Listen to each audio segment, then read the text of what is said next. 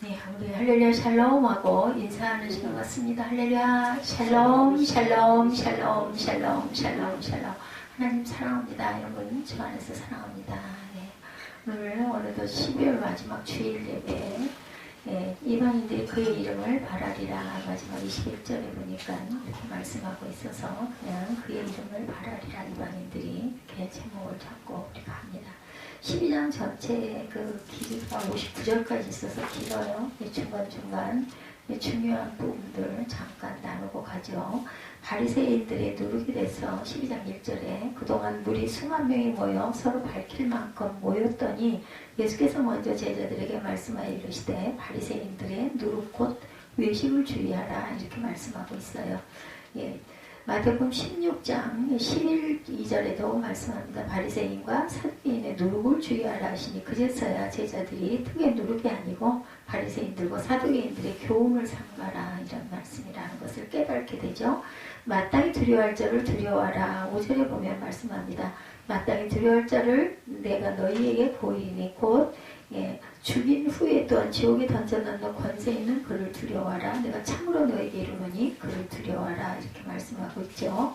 마태복음 10장 28절에 몸은 죽어도 영혼을 능히 죽이지 못하는 자들을 두려워하지 말고 오직 몸과 영혼을 능히 지옥에 멸하실 수 있는 이름, 하나님을 두려워하라는 거죠. 계시록 1장 8절에 곧 살아있는 자라 내가 전에 죽었었노라. 계시록 1장 18절입니다. 곧 살아있는 자라 내가 전에 죽었었노라 볼지어다. 이제 세세토록 살아있어 사망과 음부의 열쇠를 가졌다 증거합니다.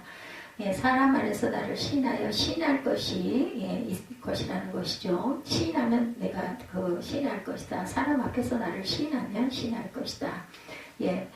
그 요한복음 12장 8절에도 예수 믿으면 죽인다는 사람 앞에서 주의 이름을 끝까지 시인하면 하나님께서도 그의 이름을 시인해 주신다라고 말씀합니다.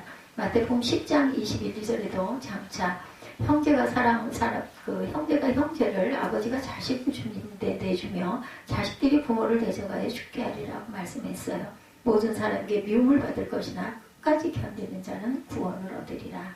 마땅히 할 말을 성령이 가르치시리라. 12절에 보면 말씀하죠. 마땅히 할 말을 성령이 곧 그때에 너희에게 가르치시리라 하니라.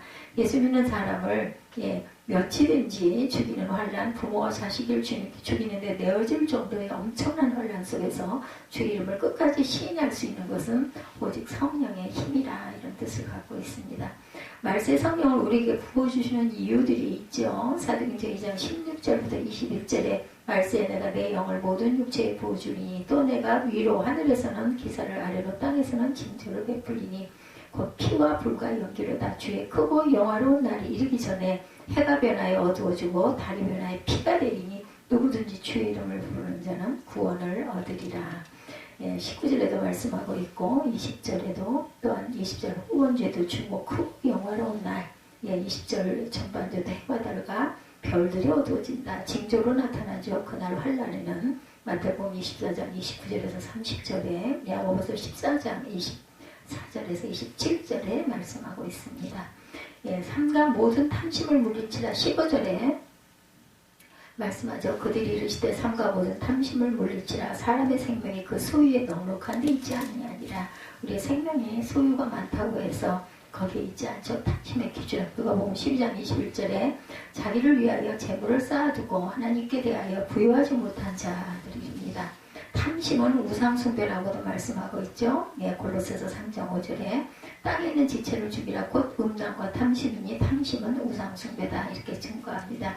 내 준비한 것이 누구의 것이 되겠느냐 유명한 말씀이죠. 20절에 우리가 아무리 많은 걸 쌓아도 아버지께서 나를 승낙해 주시지 않고 데려가시면 우리가 갖고 있는 모든 것은 아무 소용이 없다라는 건 여러분들 잘 아시죠. 요즘 같은 세상에는 내가 살아있는 거, 오늘 깨어있는 것이 내일 꼭 살아있고 깨어있으리라는 법이 없다라는 건 여러분들 잘 알 것입니다. 하나님과 재물을 우리는 겸하여서 섬기지 않도록 조심해야 되겠죠. 누가복음 16장 10절에서 13절에 지극히 작은 것 곧 불의한 재물에 충성하지 아니하는 자, 이런 자들이어야 너희 보물이 있는 곳에 너희 마음도 있으리라. 34절에 재물을 어디에 쌓아두느냐에 따라서 그 믿음이 어디에 있는지 알 수 있죠. 즉 재물을 하늘에 쌓아두면 그 믿음이 하늘에 있고 땅에 쌓아두면 믿음이 땅에 있다라는 말씀이죠. 12장 40절에도 너희도 준비하고 있으라고 말씀합니다. 재물이 있어도 주 맞을 준비하는 자가 되어야 한다는 것. 한마디로 이 땅의 보물을 쌓아두지 말고 하늘의 보물을 쌓아두어라. 42절에 보면 양식에 대해서 말씀하고 있습니다. 양식. 주께서 이르시되 지혜 있고 진실한 청지기가 되어 주인에게 그 집 종들의 말에 때를 따라 양식을 나누어 줄 자가 누구냐 말씀하죠. 마태복음 9장 35절에 38절에 천국 복음, 누가복음 4장 43절에 하나님 나라의 복음, 마가복음 12장 14절, 누가복음 20장 21절에도 하나님의 도 말씀입니다. 영생하도록 있는 양식이요. 요한복음 6장 27절에서 35절에 계속해서 증거하죠.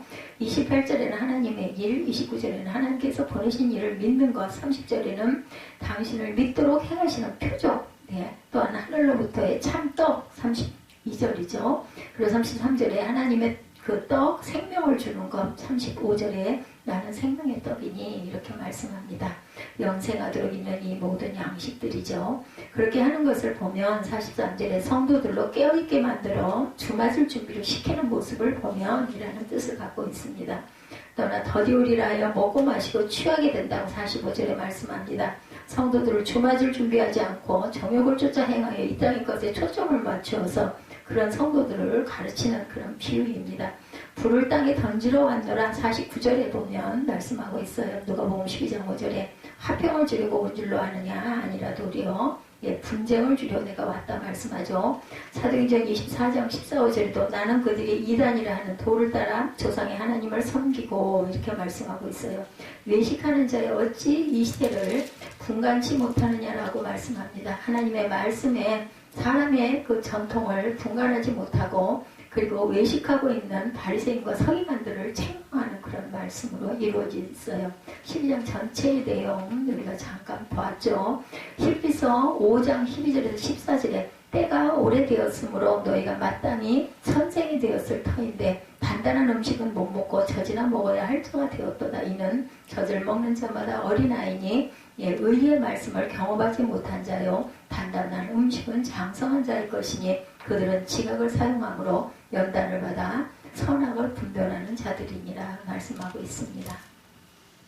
무력과 명예욕은 대부분의 사람들이 다 가지고 있는 대표적인 욕심이죠. 그 둘 중에서 또 하나를 가려낸다면 아마도 무력보다 명예욕이 더 크지 않을까. 근데 이것은 그 사람의 뭐라고 그래야 되죠? 그 추구하는 것에 따라서 뭐 물질에 대한 욕심이 더 많은 사람이 있고 물질은 뭐 상관없다. 나는 명예욕이 더 강한 이런 사람도 있습니다. 돈만 추구하는 것은 저질스러운 인생이라고 단정하는 사람들도 자기 이름이 유명해지는 것은 그다지 싫어하지 않기도 합니다. 또한 부자는 아니지만 심오한 학식이나 고고한 사상이나 비범한 인격으로 유명한 인사가 자신의 명예를 훼손당하는 일이 생길 때 이름 석자 가지고 사는 자기 인생에 큰 타격을 주었다 이렇게 화를 내면서 당장 소송을 거는 것을 보아도 무력 없는 그런 사람은 있어도 명예욕이 없는 사람은 없다라는 말이 우세는 아닐까. 저도 그렇게 생각합니다. 역사상 이 점에 있어서 유일하게 예외가 되는 사람이 딱 한 명 있었어요. 누구세요? 예수 그리스도시죠. 주님께서는 무력은 두말할 것조차 없지만 당신의 이름이 유명해지는 것조차로 극도로 꺼리시죠. 무슨 기사와 이적을 나타내시면 아무에게도 말하지 마라. 그리고는 슬쩍 산으로 가셔서 기도하시는 그런 부분들이 여러 부분 성경에 나타납니다. 경고하시는 신기한 분이에요. 내 얘기하지 마라. 나를 나타내지 말아라. 늘 말씀하시죠. 예수께서는 당신의 이름이 사람 사이에서 오해되어져서 유명해지기를 결코 원하지 않으셨고 오직 성경이 증언하는 대로만 알려지기만을 원하셨던 때문이기도 합니다. 오늘날까지도 참 인류 역사를 통해서 가장 유명하게 알려진 이름은 말할 것도 없이 예수님이세요. 그죠? 대부분의 사람들이 알고 있는 예수님이란 그 당사자에게는 정말 나를 그런 식으로 소문내지 말라고 극구 만류하신 바로 그 모습입니다. 그다음에 예수께서도 알려지기 싫어 원하신 당신의 진짜 모습 예수 그리스도라는 이름에 대하여 성경이 온 인류를 향해 선포하고 있는 참된 사실은 과연 무엇일까? 우리 한번 묵상해 봅니다. 예, 성탄절이 어제 지나갔어요. 그죠? 예, 주일, 예, 우리 성도들이 나타내지 말도록 경계하여야 할 예수님에 대한 잘못된 인식, 그리고 나 자신부터 확실히 깨닫고 온 세상에 그 이름을 바랄 수 있도록 반드시 나타내야 할 예수님의 진짜 이름이 무엇인지 우리 함께 참고해 보죠. 예수 그리스도는 대중의 인기를 구하는 스타가 아니라 하나님의 공의를 선포하시는 심판주이셨습니다. 14절부터 18절에 바리새인들이 나가서 어떻게 하여 예수를 죽일까 의논하고는 예수께서 하시고 거기를 떠나가시니 많은 사람이 따르는지라. 예수께서 그들의 병을 다 고치시고 자기를 나타내지 말라 경고하셨으니 이는 선지자 이사야를 통하여 말씀하신 바 보라 내가 택한 종 곧 내 마음에 기뻐하는 바 내가 사랑하는 자로다. 내가 영을 그에게 줄 터이냐 그가 심판을 이방에 알게 하리라. 이렇게 말씀하세요. 예수께서 갈릴리 지방을 다니시면서 놀라운 신유의 능력을 베풀어 주시자 지금처럼 병원이 많고 그죠? 의사들이 많을 때가 아니니 얼마나 정말 기가 막힌 기적이 일어나는 거죠. 가시는 곳마다 많은 사람들이 따르게 됩니다. 아픈 사람, 병든 사람 얼마나 많았겠어요. 그렇죠? 그리고 예수께서는 그처럼 오로지 병 고침을 받고자 아침부터 저녁까지 줄지어 찾아오는 사람들을 조금도 마다하지 않으시고 본문에 기록된 것처럼 그들의 병을 고쳐주십니다. 그리고 예수님의 이런 엄청난 대중 인지도와 인기는 매사에 사람에게 보이기를 즐기는 바리새인 같은 사람들에게는 어떻게 해야 예수를 죽일까 하며 머리를 싸매고 질투하게 될 정도로 아주 폭발적이었을 거예요.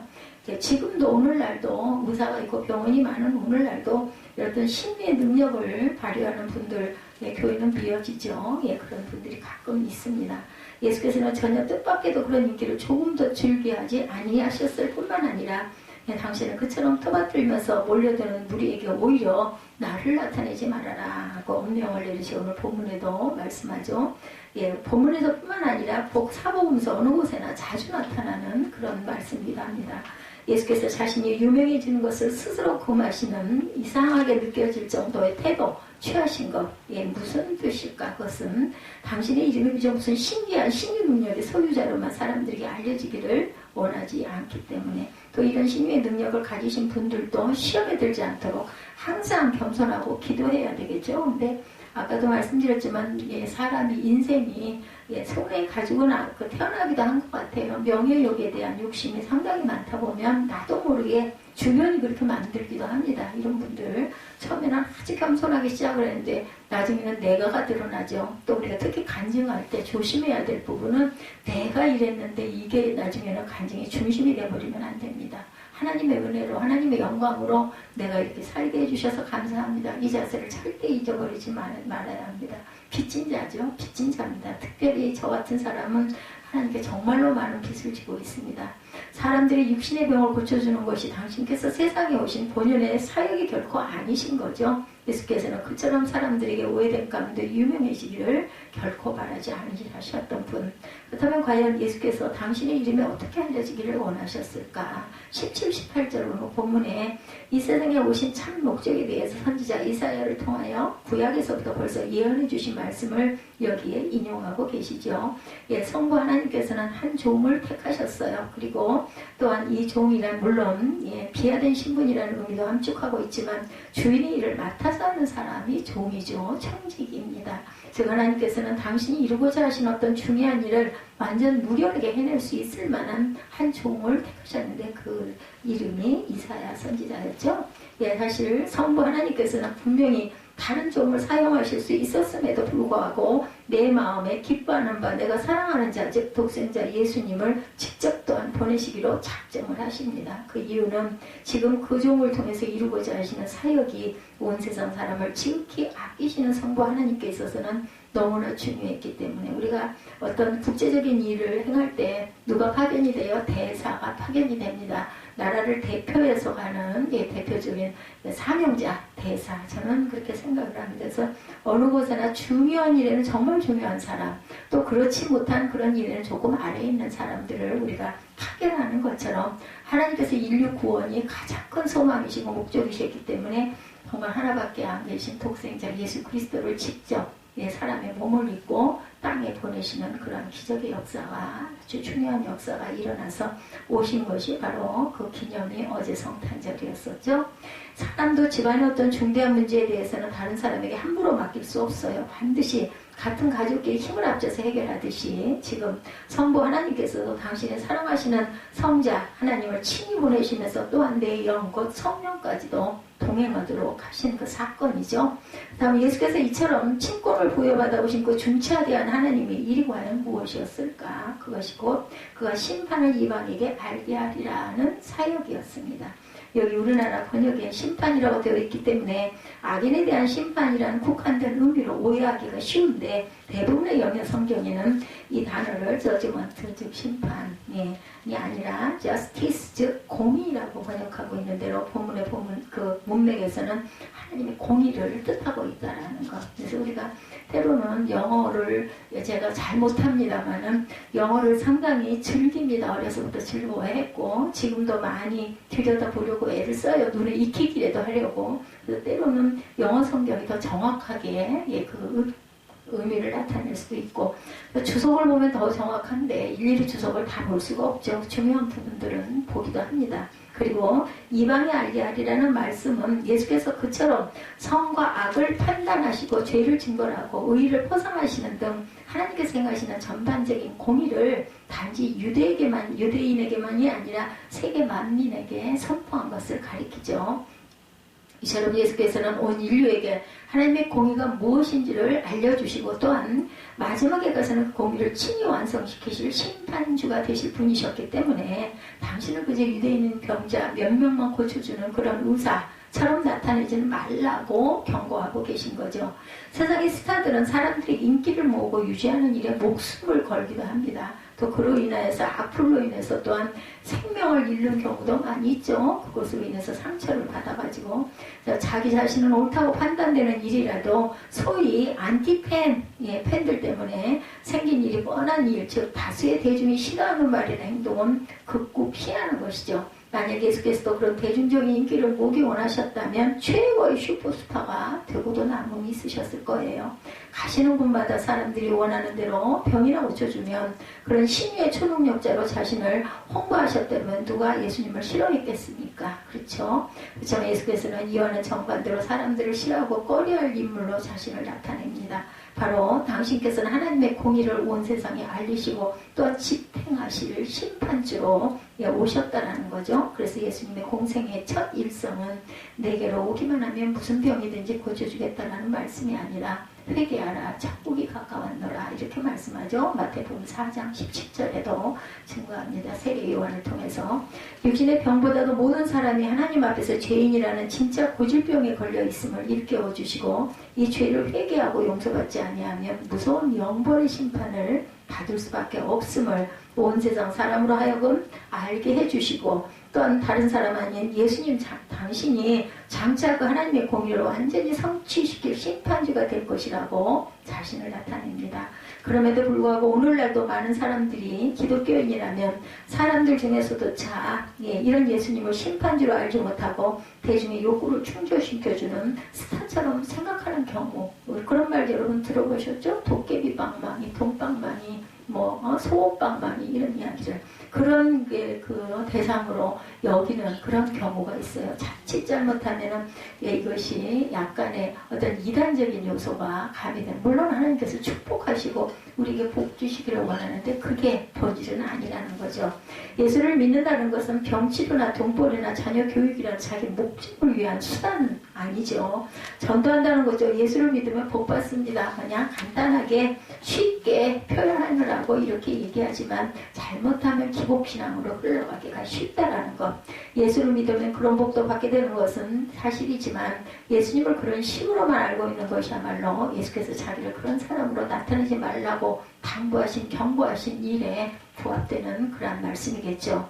하나님께서 당신의 기뻐하시고 사랑하는 독생자를 친히 이 땅에까지 보내셨을 때 거기에 무슨 용한 의사 한 명 되게 하려고 그렇게 하신 것은 절대로 아니죠. 성부께서 당신의 택하신 종으로 하여금 성령 충만을 입게 하신 목적이 세상의 연예인들처럼 개인기를 보여주고 매력을 발산시킴으로 인기를 모으게 하려는 것 따위는 때가 아니었다라는 것 우리가 다 압니다.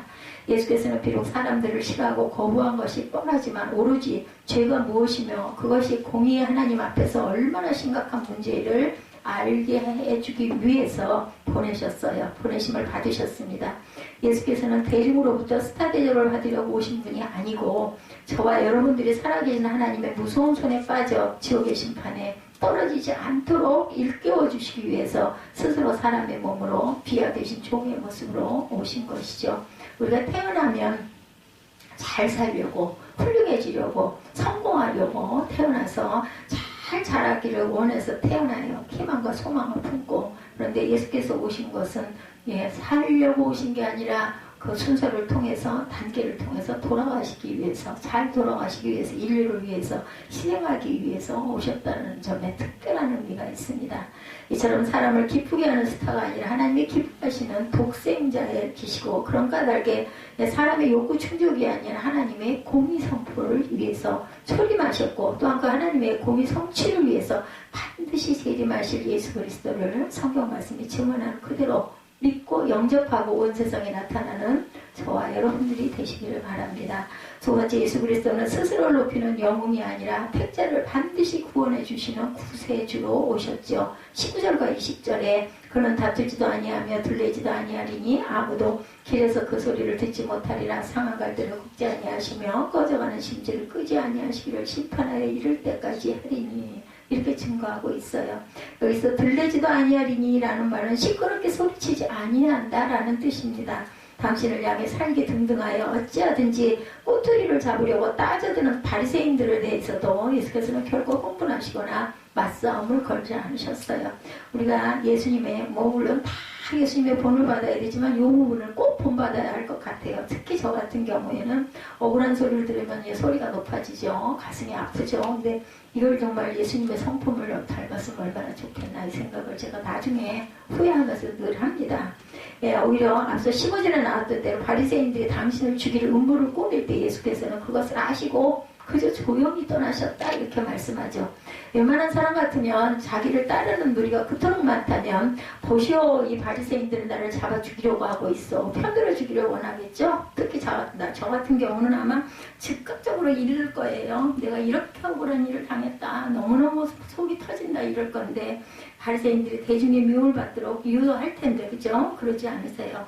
다투지도 들레지도 성내지도 아니하셨다. 그래서 예수께서 당신의 제자들에게 이 동네에서 너희를 박해하거든 저 동네로 피해라. 마태복음 10장 23절 말씀입니다. 가르침과 일치하는 행동이시기도 했어요. 그래서 우리가 참 언행이 일치하는 거 굉장히 어렵습니다. 마음은 아는데 뜻은 아는데 이 부분을 그대로 하기가 정말로 어려운 거죠. 입에서 먼저 혈기가 우리 그 타고난 성품이 있다 보니까 훅 하고 올라오죠. 나중에 후회해도 이미 때는 늦은 거죠. 예수께서 바리새인들의 위선적인 행동과 이단적인 교리에 대해서는 맹렬하게 책망하셨지만 어디까지나 영적 싸움이었을 뿐이고 공생의 기간은 물론이고 마지막 고난주간에 이르기까지 예수께서 이 문제를 사회적 정치적으로 부각시키신 것은 단 한 번도 없었습니다. 그야말로 아무도 길에서 그 소리를 듣지 못했던 것이죠. 세상의 청지기들은 자기에게 조금이라도 불리한 일이 벌어진다 싶으면 온 동네방네 그 막 얘기를 합니다. 편들어 달라고 억울하게 당하는 일은 두말할 것 없고 자기가 저지른 불법 때문에 당연히 검찰의 소환을 받고 처벌을 받는 일인데도 정치적인 탄압 운운하면서 플래카드를 내걸고 연좌 농성을 하는 등 야단 법석을 떱니다. 제가 언뜻 신문에 요즘날 보니까 박근혜 사면 이렇게 해가지고 우리 교회 신문에 실렸더라고요. 그래서 내용을 자세하게 읽어보지는 못했지만 세월이 흐르다 보니까 이렇게 사면 기쁜 성탄절에 사면을 하시나 성탄절 아침에 온 국민일보에 머리로 크게 났더라고요. 사면됐다고 마스크 쓰고 계신 모습을 제가 봤습니다. 내용이야 어찌돼서 그렇게 됐는지 그걸 깊이 생각하고 알고 싶진 않지만 어쨌든 좀 그렇구나 하고서는 그거 봤습니다. 두말할 것도 없이 여론몰이를 해서 자기를 지지하는 대중의 감정을 격감시킴으로 자신의 정치적 입지를 다지는 속셈인 사람들이 너무나 많습니다. 대통령 선거가 얼마 안 남았죠. 우리가 좀 알아야 돼요. 그거를 일부러라도 또 보고, 왜냐하면 투표권을 포기할 거면 모르지만 행사를 할 거면 잘 뽑아야 되겠죠. 예, 그게 자신이 없으면 차라리 예, 참여를 안 하는 게 저는 맞다고 생각합니다. 잘못 뽑으면 한 표 더 해주는 거기 때문에 잘 기도하시고, 그리고 하나님 지혜를 주시옵소서 하고 바른 투표하시기 바랍니다. 공생의 3년 내내 바리새인과 바사두개인과 장로들과 대제사장들에게 이르기까지 유대의 모든 종교 지도자로부터 온갖 미움과 중상모욕과 박해를 받고, 예, 제가 사도행전 28장이 끝났어요. 일부 예배에서 예, 보면서 거침없이 하나님의 말씀을 선포했다라는 그 부분을 보면서 참 은혜를 많이 받았어요. 이런 많은 박해 속에서도 하나님께서 뜻하신 부분을 어떻게든 죄인이 돼가지고 예, 그 개인 집에 예, 있으면서도 몸은 몸대 마음대로 움직이지를 못해도 찾아오는 사람들 받아가지고라도 하나님의 말씀을 증거하고 선포하고, 우리가 생명을 걸면 못할 거는 없어요. 뭐 죽으면 죽으리라 마음가지면 뭐 못할 게 뭐 있습니까? 그냥 하다가 죽어도 어쩔 수가 없죠. 어제도 여러분들 수고 많이 하셨는데 저도 그에 못지않게 고통스러운 시간들을 많이 보내고 휴대폰까지 잃어버려가지고 추운데 예, 시간을 허비하게 해서 죄송합니다.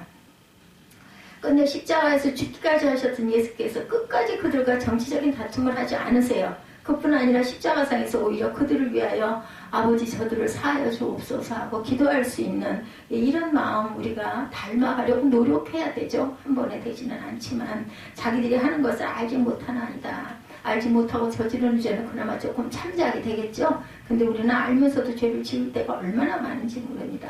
예수께서는 도대체 왜 그리고 어떻게 그렇게 하셨을까? 이런 질문에 대한 답 20절 내용입니다. 상한 갈 때도 한 손으로 간단히 꺾을 수 있는데 하물며 상한 갈 때야 오죽할 것이냐인 거죠. 성한 갈 때도 한 손으로 간단하게, 우리 뭐 갈 때 뚝 하면 꺾어지지 않아요. 그런데도 상한 갈 때는 뭐 더더군다나 슬쩍 스쳐도 뒤에 꺾일 텐데도, 또한 등잔불이 가뜩이나 바람에 취약할 텐데 막 바람에 나풀거리는 등잔불 보셨습니까? 저는 어린 시절에 등잔불이 있었기 때문에 막 바람이 불면은 그 남포라고도 하죠. 위에 유리를 이렇게 씌워놓은, 그래도 막 안에서 막 바람에 이게 달랑달랑 거립니다. 꺼질까 막 저는 겁을 내고 그걸 들여다봤던 어린 날의 기억이 있습니다.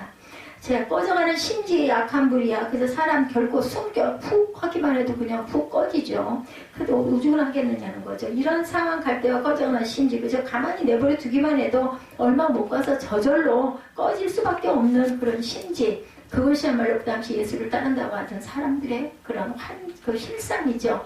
그래서 예수님의 병 고치는 소문을 듣고 찾아왔고, 우병우의 기적을 듣고 자기들도 떡맛을 한번 보고 싶어서 구경꾼들이 너무너무 많은 무리들이다라고 표현을 해요. 그래서 무리들이다. 예수를 가니까 다윗의 자손 즉 메시아라고 치켜 세우기도 했었어요. 그런데 또 십자가에 못 박으라고 순식간에 하루 이틀 사이에 또 군중 심리들이 막 변해가지고 못 박으소서 하죠. 예수님의 놀라운 말씀 앞에 오히려 이 말씀은 어렵도다. 누가 들을 수 있느냐? 요한복음 6장 60절에 고개를 흔들리면서 돌아섭니다.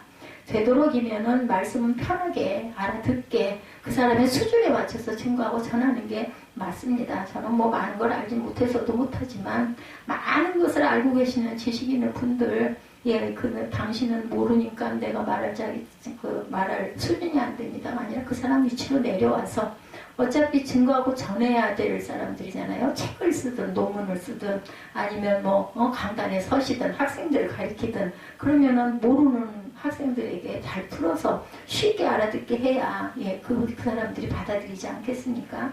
대중들은 물론이고 예수님의 가까운 제자들까지 그랬어요. 예수님의 12제자들 중에도 처음부터 확고부동한 믿음을 가지고 따른 사람은 단 한 명도 없었어요. 예수님 돌아가셨다는 소식이 나자마자 전부 다 개나리 보쯤 짊어지고 자기 고향으로, 자기의 직업으로 돌아가려고 아주 다들 가다가 결국은 되돌아오는 그런 역사, 여러분들 성경에서 보시죠. 찬송과 가사 그대로 모두 다 허물 많은 베드로, 의심 많은 도마들이었던 거죠. 우리 모두가. 그렇지만 예수께서는 바로 그처럼 꺼져가는 심지 같은 그들의 불안하기 짝이 없는 신앙을 완전히 꺼지지 않도록 끝까지 허물을 용서해 주시고 그들의 의심에 확신을 주시고 결국은 온 세상을 밝히는 빛이 되게 만들어 주신 분, 생명으로 이어주신 분. 그래서 저와 여러분들이 이곳에 앉아있고 하나님을 예배하러 어제도 나오시고 오늘도 나오시느라고 또 중간에 우리가 또 가정적인 일 정리하러 엄청 힘들었음에도 불구하고 이 추운데 왜 나와 앉아 계시겠습니까? 믿음, 하나님의 그 사랑, 그것에 대한 은혜로 나와 계시겠죠.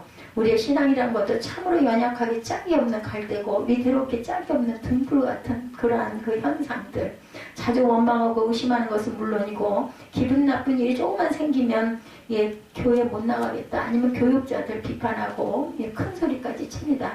신앙생활을 했으면 그쯤은 장성한 분량으로 자라서 적어도 자기 구역이나 교구나 아니면 교회 내에서 일꾼이 되어야 마땅하거든 아무 위에 있어야 할 텐데도 그리스도의 초보 답보 상태로 머물고 있는 이 주일 예배 참석하는 조차 불안한 그러한 그 분들 굉장히 많아요. 대내적으로 대외적으로 많습니다.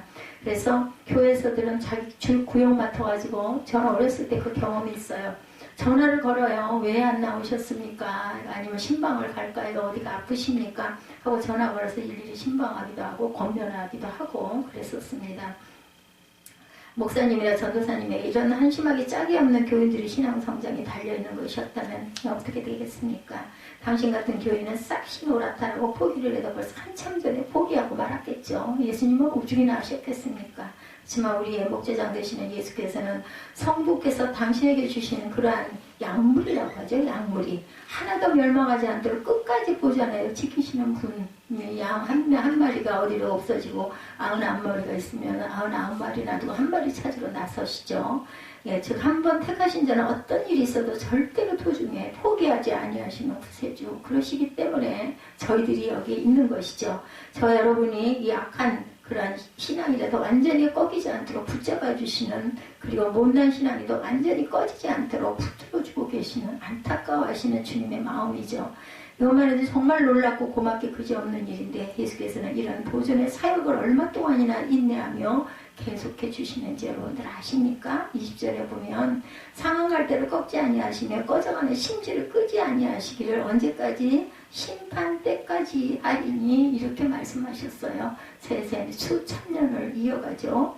천국에서의 그 하루가 땅에서의 첫날이라고 비유되고 있어요. 그렇다 할지라도 심판하여 이길 때란 곧 예수께서 심판줄로 재림하셔서 하나님의 공의를 완전히 성취하심으로 최후 승리를 거두실 때까지라는 것입니다. 그 시와 때는 우리가 알 수가 없죠. 자, 마지막 순간까지, 다시 말하면 당신의 택하신 성도를 한 사람도 결코 사단에게 빼앗기지 않고 구원받는 자리에 틀림없이 세우시는 그 마지막 순간까지 예수께서는 조금도 중단하지 아니하시고 우리의 연약한 신앙을 싸매주시고 고쳐주시고 보살펴주시겠다라는 약속이죠. 바로 그런 까닭에 이사야 42장 4절에서 그는 쇠하지 아니하며 낙담하지 아니하고 세상의 정의를 세우기를 이룰 것이다, 이렇게 기록하고 있습니다. 예수님은 우리의 연약한 신앙을 격려하고 독려해 주시는 사역에 있어서 이처럼 왕성한 원기와 한없는 열정을 가지고 온 세상에 하나님의 공의를 완전히 성취하시는 그날이 올 때까지 부단히 노력하고 애쓰고 기도하고 계시다라는 거죠. 자신의 신앙생활을 돌이켜보면서 스스로도 주님 앞에 얼굴조차 듣지 못할 정도로 부끄럽고 낙심될 때가 있습니까? 여러분들, 저는 수없이 많습니다. 이렇게 힘들어서는 예수를 믿고 따라간다는 것이 도저히 불가능하겠다, 이렇게 절망스러운 순간 여러분들 있으십니까? 나는 나 자신에 대해서 포기해도 예수님께는 결코 저와 여러분을 포기하지 아니하시는 하나님이시라는 거죠. 왜냐하면 예수께서 바로 그런 상한 갈대와 꺼져가는 심지 같은 죄인을 위해서 오신 구세주이시기 때문입니다. 그런 죄인들을 위해서, 나 같은 자들을 위해서, 훌륭하고 당당하고 대단한 사람을 위한 것이 아니라 약하고 상한 갈대 같고 꺼져가는 심지 같은 그러한 약한 자를 위해서 오셨어요. 병든 자를 위해서 오셨고 연약한 사람들을 세우시기 위해서 오신 거죠. 그 예수님은 세상의 어느 영웅이나 호걸이나 어떤 그 가인의 제사보다도 더 스스로를 높이고 온갖 권세와 명예를 줄 수 있는 분이셨지만 모든 것을 다 마다하시고 오신 거죠. 예수님은 자기를 높이는 영웅이 되려고 오신 게 아니라 절망적인 죄인을 회복시켜 주시는 구세주가 되셔서 오신 분이십니다. 인간 사회에서 높임받기 위해서 다투고 들대고 소리 높이지 아니하시고 오로지 상한 심령을 온유함으로 고쳐주시고 꺼져가는 인생을 사랑으로써 회복시켜 주시기 위해서 오신 고마우신 예수님을 자신의 진정한 구세주로 영접하고 고백함으로 둘째 사망의 심판을 이기는 그날이 올 때까지 온 세상에 바로 이런 주님의 이름을 높이 드러내는 저와 여러분들 되시기 바랍니다. 오늘 본문의 결론에 해당하는 21절, 이방인들이 그의 이름을 바라리라 함을 이루려 하심이라. 예, 그 말씀에 그 발언을 이루려 하심이라는 말씀으로 이런 예수 그리스도의 이름이 결국 온 세상에 끼치게 될 결과를 예언하고 계시죠. 여기서 그의 이름을 바라리라는 말은 그 이름을 모든 소망을 걸고 열렬히 사모하게 될 것이라는 뜻입니다. 예수 그리스도라는 이름은 결국에 가서 최고의 스타보다 더 인기를 얻게 될 것이고 역사의 어떤 영웅도 필적할 수 없는 최고의 명성을 누리게 될 것이라는 그런 예언이죠. 그렇지만 예수께서는 어떤 인기몰이를 통해서 대중의 사랑을 받는 분이 아니고 하나님을 기쁘시게 하는 공의를 사람들에게 알려주시는 심판주가 되심으로 세상 모든 사람들로 하여금 그 이름에만 모든 구원의 소망을 걸게 만드신 분이십니다.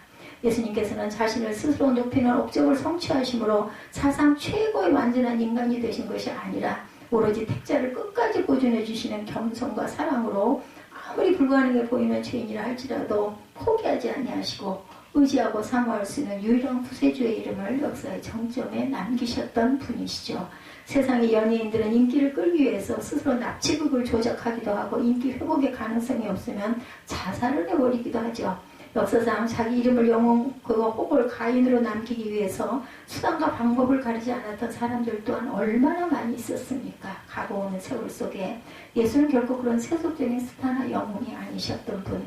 그럼에도 불구하고 이방인들이 그의 이름을 바라는 즉 온 세상에 있는 모든 사람들에게 가장 유명하고 최고의 사모함을 받는 존재가 결국은 되셨습니다. 예수님은 역사상 전무후무한 완벽하게 공의로운 심판주, 자비롭게 한이 없으신 구세주이시기 때문이죠. 갈무리는 지금 예수님의 어떤 이름을 사람들에게 나타내고 계십니까?